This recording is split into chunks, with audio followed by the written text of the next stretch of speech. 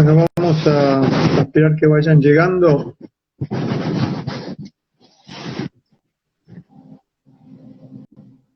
Ya está, Hola, Reno. hola. Sí, acá estamos de nuevo. Ahí lo veo a Julio Romero. Bueno, faltaría más o menos la mitad. Por ahí vamos a ver si llegamos al final. ¿Cómo lo ves hasta aquí? ¿Querés? Y yo, para mí me pasa como cada vez que arrancamos algún espacio en pensar desde dónde se escucha, porque están quienes pueden seguir más o menos lo que se va planteando, y creo que también están los que creen que son simplemente juegos de palabras. Y para mí, por eso la otra vez te preguntaba desde dónde te sale pensar en estas cuestiones.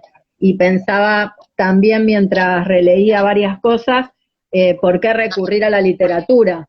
Porque has nombrado en todo lo que planteas muchísimos autores desde la literatura y no desde la psicología. Eh, y suele ser algo que inquieta a quienes escuchan. ¿Por qué recurrir tanto a la literatura, no?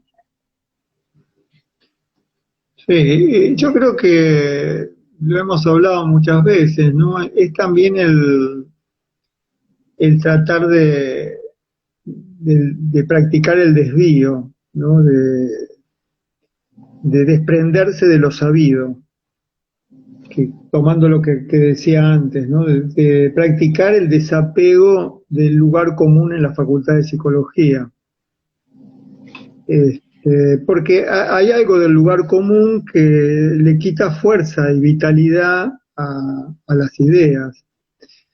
Entonces, por ejemplo, la frase el saber no sabido es una frase preciosa, pero que ha perdido la fuerza, ¿no?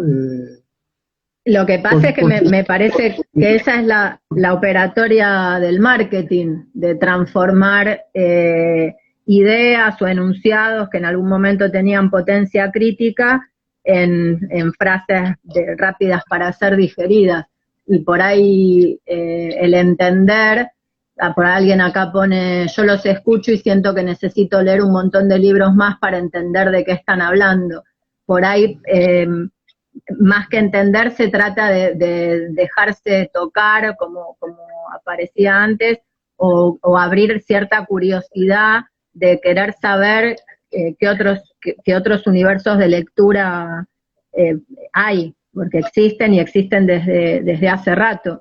Y creo que ahí es como, también releía algunas cosas de Úrsula Le Guin en un libro que medio que me encontré de casualidad, que se llama Contar es escuchar, sobre la escritura, la lectura y la imaginación, y ella daba una definición de libertad súper, como muy cariñosa, muy extraña, porque decía que para ella libertad fue poder acceder a una biblioteca, y poder meterse ahí, entrar en relación con esos libros, para ella era un gran gesto de libertad. Y me parece que en las distintas formaciones que tenemos se nos restringen esas bibliotecas, como que siempre esto que decís, no se recurre a lo ya sabido y hay un mismo universo de autores, mismas referencias que no nos obligan a tratar de decir de otros modos. claro. Claro, fíjate, hagamos un ejercicio. La expresión última que estábamos trabajando, decir para, yo digo trabajando, para mí es un trabajo pensar, ¿no? Y en ese sentido es trabajoso eh, escuchar y decir y escribir, ¿no? Pero recién estábamos trabajando, ahora me permito decir trabajando, decir para saber el desvío. Se podría decir clínica para salir de la repetición o la enfermedad y la repetición, este, salir del síntoma. Es lo mismo decir, se dice para saber salir de lo sufriente que decir, dice para saber salir del síntoma. Para mí no, yo no, me parece que la idea de lo sufriente es mucho más conmovedora y propagadora de pensamiento que la idea de síntoma, porque el síntoma queda como congelado, cosificado, y dentro entra en una clasificación, ¿no? En cambio, salir de lo sufriente te deja más en un estado de perplejidad, de pregunta, y la clínica es no suprimir ese estado de pregunta, porque si vos concluís, bueno, ese es su síntoma, me parece que es una gran violencia ese pensamiento. Está bien, es práctico, es lo que se aprende en la facultad, pero no se puede. Lo sufriente es el modo de estar en la vida, y salir de lo sufriente, el discurrir por lo no sabido, el pensar el desapego, bueno, introducen como muchas eh, cuestiones que me parece que vienen de la clínica, ¿no? Vienen de esa experiencia de escuchar y de escuchar ese no poder apartarse del camino ya trazado, ¿no? Bueno, son modos, tampoco Vero tendría que toda la gente que cursa en una facultad tender a pensar de esta manera, ¿no? Es decir, hay códigos, por suerte hay otras materias, hay otras formas incluso más hegemónicas, más mayoritarias. Este es un lugar minoritario, y por eso como minoritaria tiene que tener el derecho a poder salirse de lo sabido, ¿no? Bueno, quería introducir el otro punto que sigue, que es, estaba Sí, leyendo algo que dice sobre el encontrar el atajo. Para encontrar el atajo se necesita tajear lo sabido, romperlo, herirlo. De hecho, Gregorio Kaminsky siempre, que tiene un libro que se llama Escrituras Interferidas, siempre recordaba que la palabra interferida, en castellano, como la F y la F y la H son intercambiables. Si leemos el Quijote van a ver que utiliza la F por H y al revés. En interferida se puede leer interherida. Vale decir que la interferencia hiere lo conocido, y hiere, lo hace sangrar, hace doler. Por eso es tan incómoda la lectura interferida por la literatura. El pensamiento clínico interferido por la literatura cuando queremos enseñar en la universidad. Porque, bueno, supone pasar por el dolor, supone una interferencia que tajea. Vale decir que el atajo supone también tajear lo conocido. Eso porque encontré la frase ahí. Y la y, interferencia es propagadora de pensamiento, ¿no? y tajear el cada uno y tajear el yo, porque si no queda como que, yo puedo encontrar el atajo, y también hay como estrategias políticas que nos ofrecen posibilidades o no, y no se trata solo del yo ahí activando. No se trata solo del yo. Incluso hay un tajear del yo que es el yo dividido. Este, y una cosa es el yo dividido y otra cosa sería el yo tajeado. Que nos gustaría más que el yo dividido, pero tampoco nos gusta el yo tajeado. Lo que está el tajo, la herida, es en la lengua, es en el estado hablante, en las palabras dichas a viva voz, en las palabras dichas en un común estar, en una común demora. La común demora tajea lo dicho, lo hiere y también lo aloja. Acá hay alguien mencionando a Leibovitz, a Ignacio Leibovitz, sobre el no saber y la subjetividad heroica como obstáculo para pensar las prácticas comunitarias. Sí, un autor lamentablemente que murió muy joven y que fue profesor de nuestra facultad, a que mencionamos hace poco en ocasión de la conversación con Diego Sturba. Y con Silvia.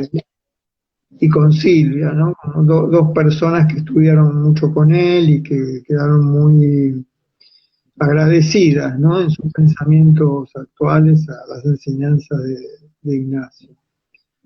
Este, bueno, viene ahora el decir que intenta saber soledades. A mí me parece, y esto es lo que quisiera introducir, viste que yo antes decía que incluso se piensa la soledad como aislamiento o como intimidad aislada. Y a mí me parece que tenemos que introducir la idea de saber decir entre soledades. Siempre, es decir, que hay estar en común o el común estar es un estar entre soledades. Incluso conviene pensar el común estar como una variación o inconstancia de soledades. Por ejemplo, yo prefiero, en lugar de decir relaciones sociales, prefiero decir enlaces y desenlaces de un común estar entre soledades. Porque la idea de relaciones sociales, bueno, en estos tiempos es terrible cómo se usa, incluso la idea de distanciamiento social. Si hagamos la prueba, es decir, si yo digo relaciones sociales, todos nos entendemos, pero si digo enlaces y desenlaces de un común estar entre soledades, y es una herida al saber y al apego con el saber, ¿no? Pero es muy importante porque no hay un estar en común sin estar entre soledades. No estamos solos, como estoy leyendo acá, sino que estamos entre soledades.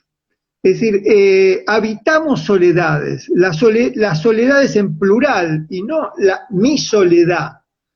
Hay soledades amuchadas, hay soledades emparejadas, hay soledades que viven en vaivén o en oscilación, hay soledades confinadas, pero siempre es un devenir en plural, ¿no? Esto me parece muy importante. Y varía el posicionamiento clínico y la escucha. Sí, sí. No, acá alguien dice que entendió el distanciamiento como un modo de cuidar el común estar. Sí, incluso me parecía en algún momento apoyar la idea de distanciamiento porque el distanciamiento salva vidas en este momento, pero es el distanciamiento físico. Es decir, creo que nunca hablé del distanciamiento social y si lo hice, lo dejaría de hablar, ¿no? Dejaría de decir, ¿no? Se trata de un distanciamiento físico, se trata de una distancia que cuida el contagio, que trata de no transmitir un virus. Pero no es distancia. No es distancia afectiva, no es distancia amorosa, es más, ese distanciamiento físico es una gran cercanía del amor. Lo que no se consigue en nuestra vida cotidiana es desear el distanciamiento físico para cuidar esa cercanía amorosa. Eso es para pensar, ¿no? El común estar como un lugar de encuentro entre soledades, exactamente. Es decir, el común estar como un encuentro entre soledades. Saber decir, es decir, se trata de un saber decir entre soledades. Esto quería plantear como otra relación entre el saber y el decir. Como el saber decir entre soledades. Después está la idea de un saber, el decir un saber leído, que yo decía que es la expresión estoy leyendo otra cosa, es la expresión de la experiencia universitaria, ¿no? Es decir, leemos para decirlo leído. Es más, uno de los problemas que tiene ese espacio que todavía seguimos llamando examen o evaluación, es que alguien ahí tiene que demostrar lo que leyó. Tiene que decir lo que leyó, mostrar que supo leer. incluso lo que le pasa al profesor, ¿no? O a las profesoras, a quienes profesamos un saber en una clase. Tenemos que leer para tener que decir. Sí, es así, digamos, para este ratito de clase son muchas horas de lectura para saber qué decir y para saber qué no decir también, que tal vez a veces es lo más importante, ¿no? Saber qué no decir es un modo de, de curarnos de la ignorancia o del sentido común, que es lo mismo. Por eso, si el saber no decir se perfecciona, la clase tendría que ser un absoluto silencio, porque a medida que avance el saber, es tanto lo que no deberíamos decir, es tanto lo que tendríamos que prevenir para no caer en el sentido común, que lo que nos quedaría es el silencio. Después hay un leer para dar con la cita, y quiero hablar de eso un minuto. Es decir, todos sabemos lo que es la cita, ¿no? Es decir, cuando escribimos, o el profesor cita, ¿no? Hoy citamos a Joyce, citamos a Faulkner, citamos no sé, a Cortázar, a Beckett, a Macedonio. Es decir, fíjense todas las citas, todas las convocatorias que vamos haciendo, cómo se va poblando la conversación de esas citas. Y toda cita ahí es un acto amoroso del saber decir. Es el saber decir amoroso la palabra de otro. Eso me parece la palabra de otra escritura. Porque dejamos de lado la cita.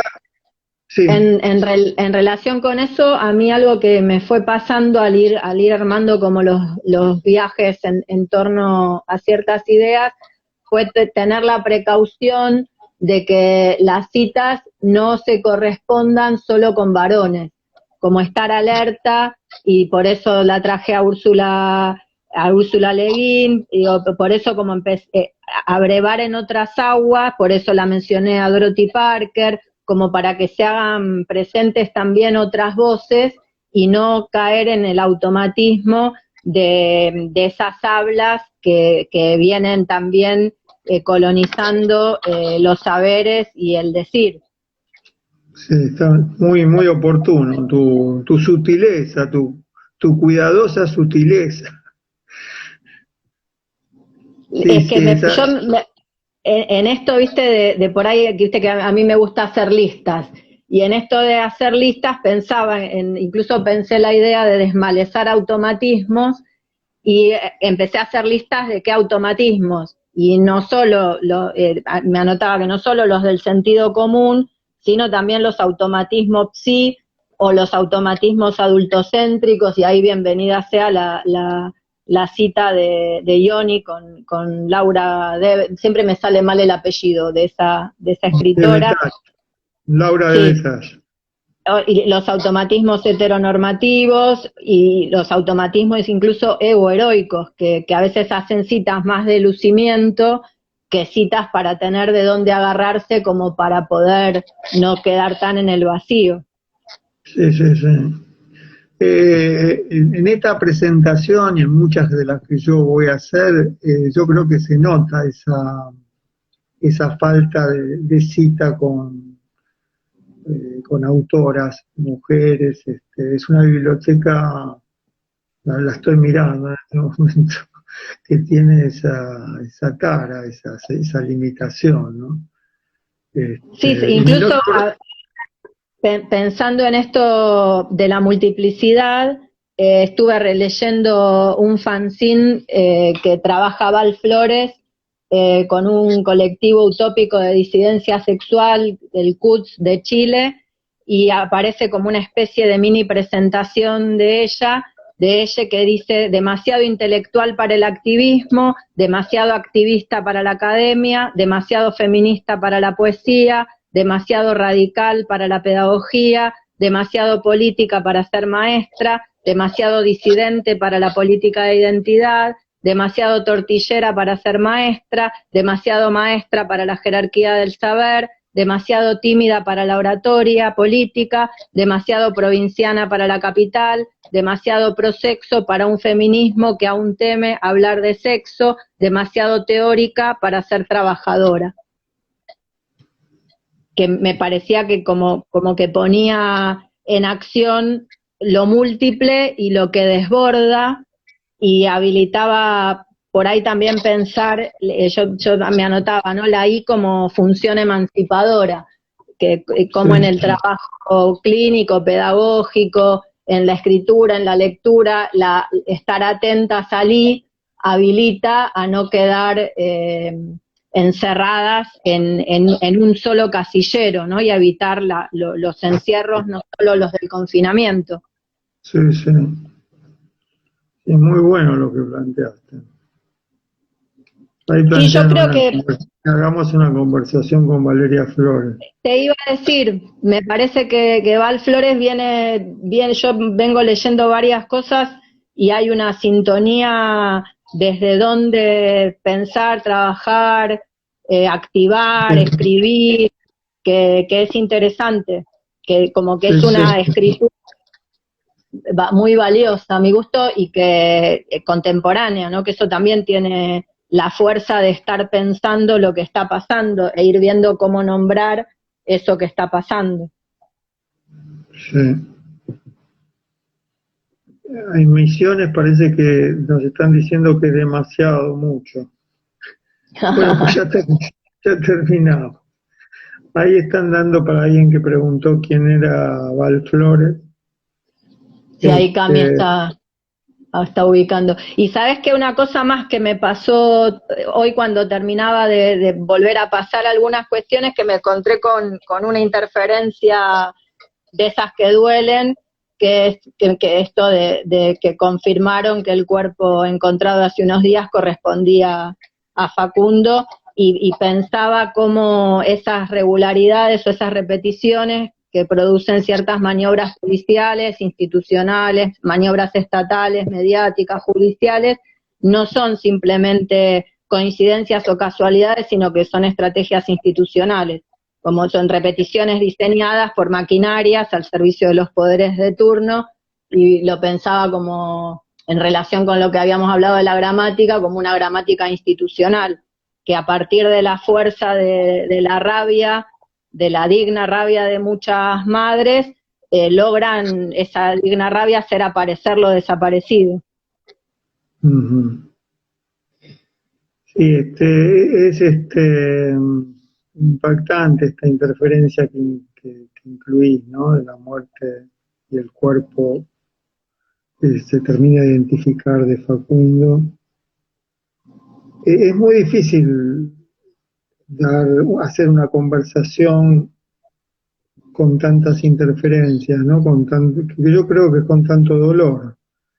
A veces uno silencia las interferencias, pero al mismo tiempo tiene que darles un lugar, porque si no, hay algo que queda enmudecido, ¿no? Acá está, esa es para agradecer esta interferencia que traes. Y como vamos terminando, yo saltearía algunos de los puntos. Quisiera hablar de el saber decir en las series, que es algo que tenía ganas de compartir. ¿Viste qué pasa cuando y cómo los personajes cuentan lo que les pasa en las series que vemos? Sí. Notaste que primero son conversaciones muy infrecuentes, y si se dan, tardan casi varios episodios en madurar, o casi todo un episodio hasta que madura el momento. Primero se suele ver a alguien que busca hablar y a alguien que elude el momento. O sea, pocas veces hay una coincidencia en las series, pareciera ser como que el hablar es como el último recurso, y ese es el recurso que toma el personaje que tiene más esclarecimiento sobre la función de hablar, ¿no? Después me parece que la otra cosa que se advierte es que la pregunta es ¿cuánto dura esa conversación? Y nunca duran lo que dura una sesión de análisis o un encuentro en un bar. Viste que los tiempos de la serie es decir, la abrevian. Digamos, es una conversación breve, intensa, pero muy breve. Son pocos minutos. Es una habla contundente. De pronto alguien ahí recibe como un sacudón y la escena pasa a otra cosa, y después se ve al personaje que empieza a actuar como si le hubiera afectado lo que pasó en esa conversación, ¿no? Como algo que pasó. A mí me parece que ahí hay algo que quería como mencionar, que de los tiempos de la conversación están variando, y yo quisiera pensar cómo esa variación incide en nuestros modos de pensar y leer. Por ejemplo, la novela del siglo XIX tiene conversaciones larguísimas que hoy nadie podría soportar, no se soporta.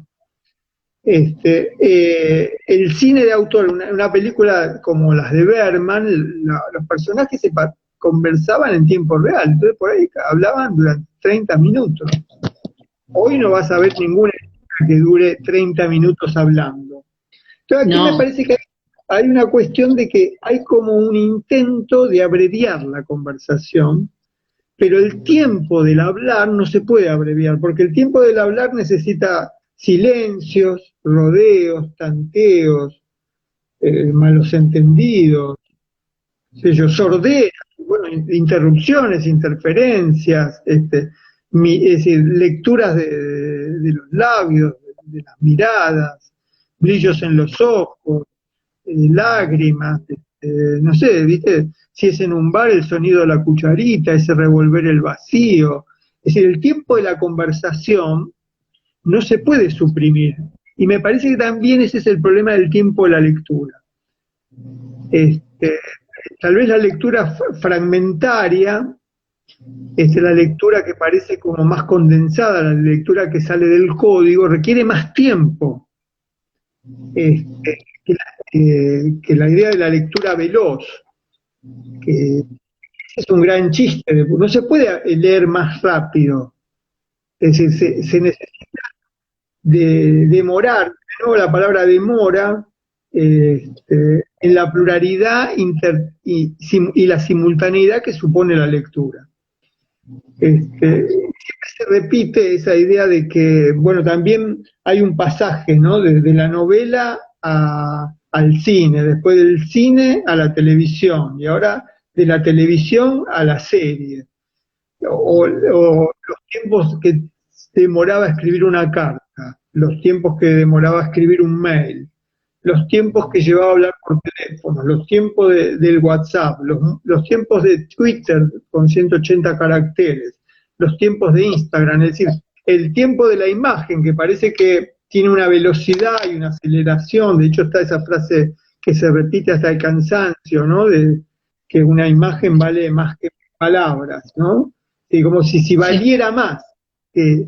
Pero lo que está ahí negado es que hay una relación entre la imagen, el tiempo, la palabra y el tiempo, ¿no? Es decir, la demora, es decir, 1000 palabras requieren una demora, una lentitud, una detención en el vértigo es decir, impiden concluir. Este es el punto. Esta es una contemporaneidad que lee para concluir, que habla para concluir, que escribe para concluir, y me parece que esto que estamos llamando el tiempo del hablar, el tiempo de leer, el tiempo del decir, supone lo que podríamos llamar el tiempo de la inconclusión. Bueno, que quedan muchas cosas pendientes, ya es la hora, pero termino con esto, Vero, que era lo último, que es el no saber decir el porvenir, que se vincula con esto del tiempo de la inconclusión, ¿no? Acá alguien está diciendo que conversar significaba habitar, vivir en algún lugar. Sí, conversar, dialogar significa eso, dar tiempo. De hecho, cuando en la clínica decimos dar una hora, es dar tiempo. La clínica es incluso el sostener la inconclusión. Para terminar quería decir no saber decir el porvenir. Para mí es una de las cosas más importantes para pensar, ¿no?